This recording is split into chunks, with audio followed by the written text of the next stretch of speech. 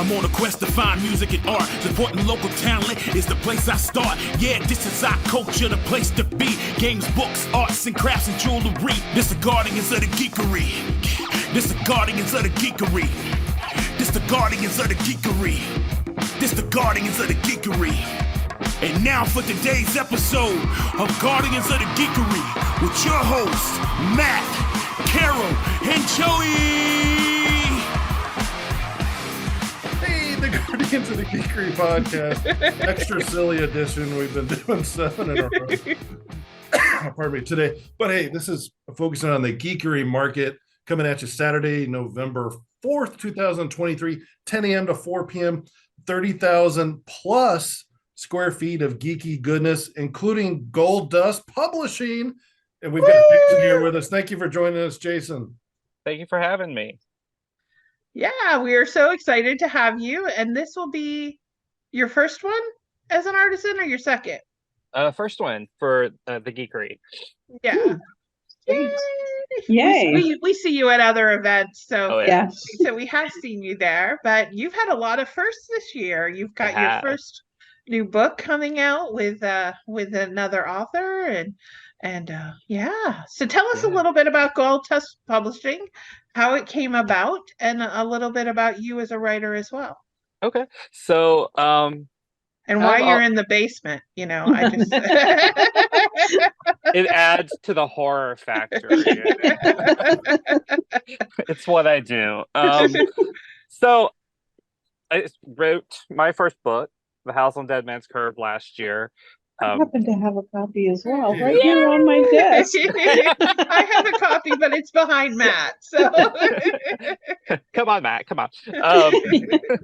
So during that year process, I enjoyed every little step along the way so much that I found my passion shifting from the glorious world of accounting into something completely different. And so end of last year, I was just like, you know what?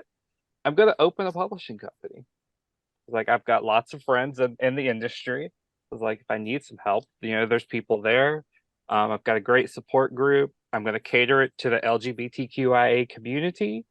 And in January, I think it was January 6th or 7th, we filed all the paperwork. So our first release, first actual release, was The House on Dead Man's Curve as an audiobook. And then our first paper release in print, first book, is for author Ray Nichols. And it's called Until Death, and it's going to be a series that we're doing. And this is case 1. It's an Eric Kent investigation. And we will have this at the Geekery. Yay! I believe Ray is going to be there as well. So she'll have copies. I'll have copies. You can get them signed by her. And then I'll have my book, hardback, paperback as well. But yeah, I want Gold Dust to be able to give a voice to the community. And there are lots of other LGBTQIA publishing companies out there, but I'm jumping in. And I'm jumping in that pool, and I'm swimming hard, and I'm not going to drown. No. And that's where we're going. That's the best attitude to take when you do it. It's just like, jump in, drown, don't drown. That's a good attitude. Just keep swimming. just keep swimming. Thanks, Dory. But your publishing house tends to focus a little bit more on the horror side of things, correct? Well, it currently, yes. We do have some children's books that are in the works that are non-horror themed. We have a great one that I'm so excited about. It's called The Day the Pride Parade Came to Town. And it's about a little girl who goes to the Pride Parade, and she learns about everyone in the community. And it's just the cutest, most adorable thing I think I've ever seen in my life. So the minute I read it, I was like, girl, don't you go anywhere. Wait till I get this company open, we're going to do this. But yeah, so we're going to be starting that. We're going to be doing a Kickstarter for that. here soon. Once I get the next project completed, then we're going to start working on that. And that current project, which will probably be completed by the time this airs, but it's a charity book called Reflections, and it is going for my husband's nonprofit that he just started called Inclusion Inc., which is to assist low to moderate income LGBTQIA plus people in our community, currently serving Forsyth County, and he hopes to expand as much as he can. But what Gold Dust is doing is the book Reflections, and it's letters to the past. We have so many people on board that I'm super excited about, but I'm not going to tell you. But because I'm going to keep it a secret. And yes, it's probably out by the time this airs, but you're going to have to go find it and find out who's all's in it. Some amazing people. But 75% of the profits for that book are going into inclusion, and the other 25% is going to go to cost so that we can keep purchasing books and getting books printed to get out there into the world. But yeah, that's Gold Dust in a nutshell, pretty much. That's what we're doing. And we should point out for anybody listening, inclusion is INQ. Yes. At Lesion. So if you try to spell the word inclusion, INC, it's not going to be that thing. It's going to be inclusion. Now, it will be in the liner notes of this episode, but just so people know, it's in with a capital Q, inclusion. Yeah, definitely. And go follow them on Facebook. Go follow Gold Dust on Facebook. Because we're going to constantly have projects going, and especially with this one, we're going to keep everyone updated. We will have copies of it at the Geekery, which I'm so excited about. And yeah. We're so excited, and I'm the closer we get, the more I'm like, yeah. There's always that fear. So everybody pray for me, like the week before. I will have the panic attack that nobody's going to show up, that like the building's going to be on fire, like all the things. Listen, I will be there, and I will set up in the parking lot if I have to.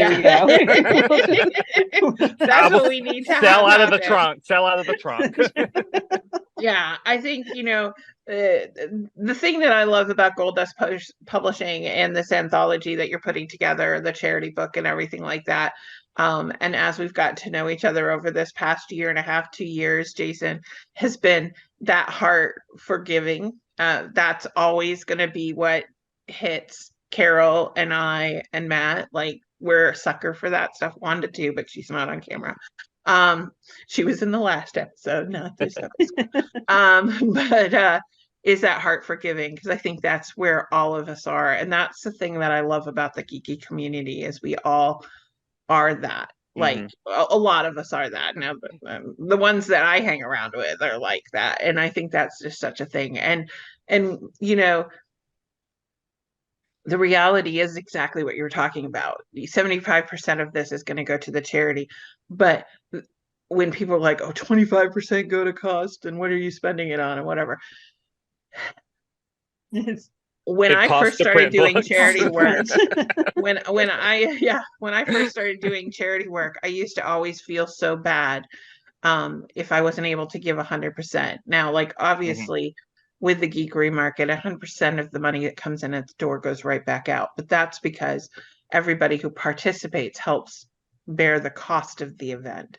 And it's not a cheap event. I mean, for us to do the geekery market, it's like $10,000-$11,000. But the cost gets divided up between everybody.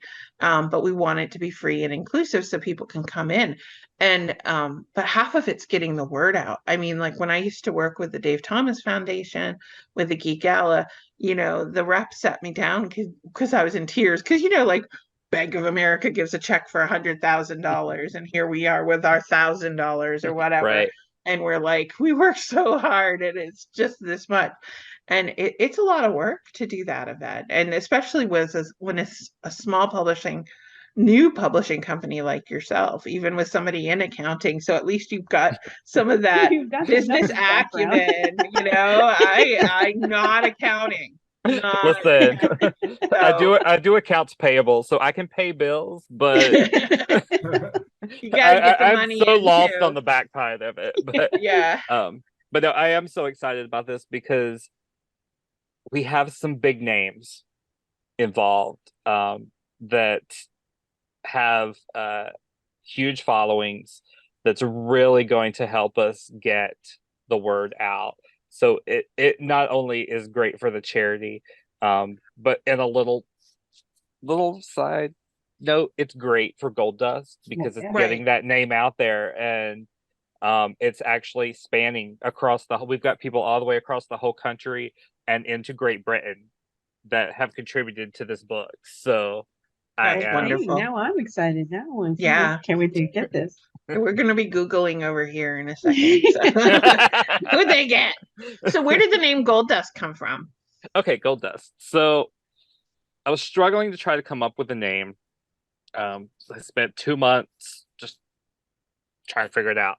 And I was laying in bed one night and I was listening to Tori Amos, who I absolutely love. She is my number one inspiration aside from Taylor Swift.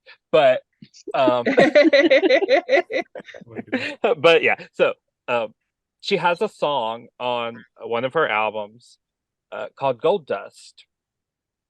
And in it, she talks about how we hold gold dust in our hands. And that night I was laying there, it was one of the nights that, banned books were all over the news and drag was being persecuted all over the country. And I was just like, we read books, we hold books in our hands. These books are gold dust because they're trying to take them away from us. And that's how it spawned. So I love that. I didn't know that part. That makes me cry. Don't make me cry again. so I'm the, an ugly crier. I get it red. So the fun thing is too, one great thing about Tori Amos is when she goes on tour, she used to hold meet and greets, but since the pandemic, that's kind of slowed down. So in 2022, she was on tour. They did video cameras, and if you got there early enough, you were able to record a message. So during that, I got to tell her all about this book that was partially inspired by her. And then this year, back in June, I got to actually give her 2 copies of this book. Ooh. I gave her a copy, and I gave her. She's best friends with Neil Gaiman, and so I gave her a copy for Neil because it was compared to the Graveyard Book. And so I was like, oh well, maybe he'll find it interesting. So did that, but I also got to tell her in a huge letter about Gold Dust and how it was formed. And two shows later, unfortunately, it wasn't at my show. She actually played the song. Oh. So, because she changes the set all the time. So, I was hoping for it at my show, but you don't always get it. Sometimes you get it later. And so she played it 2 shows later, and I was really excited about that. So, yeah, So uh, I I love when artists play different sets all the time, so it's a different experience every time you go. But oh there yeah, are definitely times where there's certain songs that are on albums that I understand are maybe not concert worthy, but hmm I love them. With the recent passing of Jimmy Buffett, there's a song that he plays called Love in the Library, and it is my absolute favorite song. And if you are like Cheeseburger in Paradise is the only song, or Come Monday or whatever, or Fins to the Left, Fins to the Right. I mean, they're all good songs, don't get me wrong.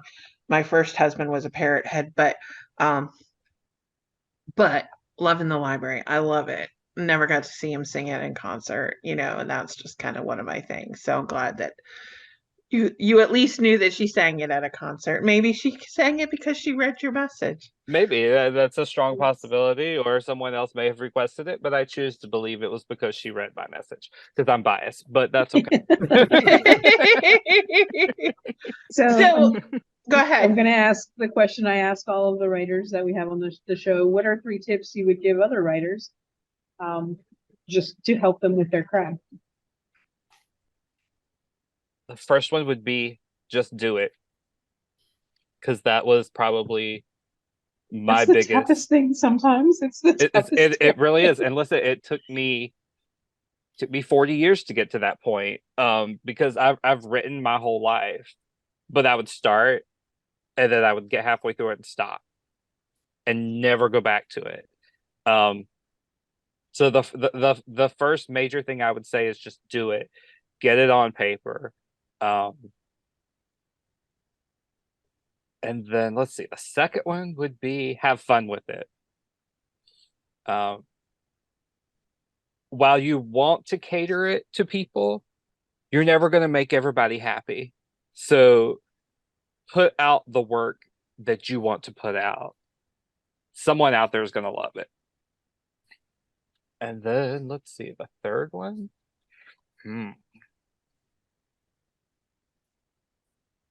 Those are 2 good ones. If you can't think of a third, Yeah, I'm two good with the fine. 2. Let's see. Oh, I'm sure there's more. I'm sure there's more. How about one of the third tip be a tip from you as a publisher? From me as a publisher, that'll make I me realize look bad. it's newer for you, but like, what'd you say? That'll make me look bad. No, but maybe, I mean, you're a newer publisher, but like something you wish that you had realized as a writer now that you're a publisher. Follow know the you're guidelines. Yeah. Yeah. Follow the guidelines. Submission guidelines are there for a reason. And I was lucky with that with my writing because I was the person I was submitting it to. Yeah. But yeah, those guidelines are there for a reason, and please follow them if you're doing a submission for any company. Yeah, and Carol and I would echo that for applications to events as well. Yeah. Oh yeah, definitely. Follow the guidelines. Like, and it's amazing to me that sometimes writers write the worst applications. What will you be selling at the event? My books. I've never heard of you. What kind of books? How many books? What's the series about? Does it apply to our market? Like something. Give me something. So yeah. I think reading is fundamental is like the biggest tip I could give anybody trying to make their way in the geeky world for monetary purposes. Oh yeah, you want to be a guest, you want to be a vendor, you want to be published, you want to be anything, read the guidelines. Oh yeah, definitely. And read in general because there's so much out there. Much out there. He did the best segue this episode, that's for sure. Yeah. So, and if you're looking to read something, try Dead Man's Curve. Try this book right here. And when you're done with that, try the book right there. And if reading's hard because you drive a lot, there's an audio that's going to be coming out. Yep. And if you like to write, you can pick up some journals at Gold Dust Publishing. Absolutely. We'll have them there. Various Pride themed ones. Yes, you have also. Yeah. Yeah. So this is my favorite. It's Drag Cat. Oh my God. It says drag is not a crime. I absolutely love this one. This is actually one of our cats that we made into art. Then we have the Pride, just little logo thing. We have some little ones, just little 100-page books. So this one says, "Sounds gay, write me in." This one is paranormal romance, but make it gay. So yeah, we've got a little variety of things. And you actually did a paranormal adventure recently too, right? I did, yes. Back in September, we did an investigation for the Association of Paranormal Study back at the Trevette Clinic, and it was very interesting. It was an interesting night. So awesome. Well, I look forward to hearing more about that too. But listen, I know you were up all night. So and hopefully somebody will let you out of the basement soon. Yeah, you'll have to tell the job that pays the that one. Well, at least come out of the basement long enough to get here to the Geekery Market. Yes. And Definitely. and we will see you in just a few short weeks, and we're so excited to see you again. So, All right. Yes. Jason, thank you so much for hanging out with us. Thank you. Oh, you're welcome. Thank you for having me. We'll see you soon. Golddustpublishing.com, right? Yes. Yes. Golddustpublishing.com, everyone. Thank you. Look at the Oh, show you're notes. welcome. That was an episode of Guardians of the Geekery. Thank you for listening. Check us out at guardiansofthegeekery.com and stay tuned for more content.